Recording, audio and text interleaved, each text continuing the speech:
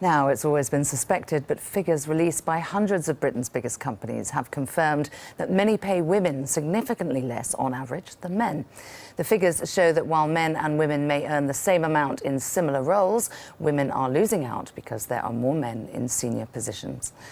Well, let's take a look at the numbers. The largest gender pay discrepancy was at clothes retailer Phase 8. That's where the mean hourly pay for men was 64.8% higher than for women. EasyJet also had one of the largest gaps, with a difference of 51.7%. That's between the average hourly pay for men and women. Meanwhile, Cambridgeshire Police was a notable exception to the trend. That's with women's average hourly wage 12.9% more than men. Well, let's get more on this. Let's go live to our correspondent, Rebecca Williams, who's in studio for us. Rebecca, we've got to remember, haven't we, that these are not, this is not equal pay that we're talking about. So with that in mind, what do the numbers tell us? Well, no, there has to be a bit of a health warning with this. Of course, equal pay compares man and a woman doing the same job. This, in fact, compares the average hourly salary. So many people saying that these don't really say a great deal.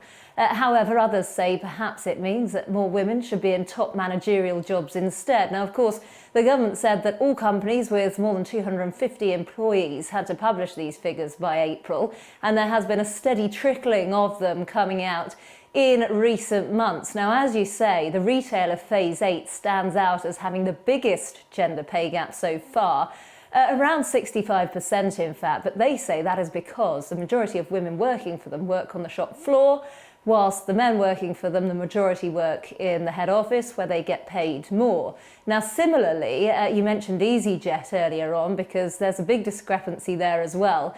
They say that's because they've got lots of pilots working for them, and only 6% of those pilots are women. Now, let me read you their statement. They say, EasyJet's gender pay gap is strongly influenced by the salaries and gender makeup of its pilot community, which make up over a quarter of its UK employees. Now, they go on to say, pilots are predominantly male, and their higher salaries relative to other employees significantly increase the average male pay at EasyJet. EasyJet is seeking to encourage more women to become pilots through its Amy Johnson initiative. So that's the reaction from EasyJet.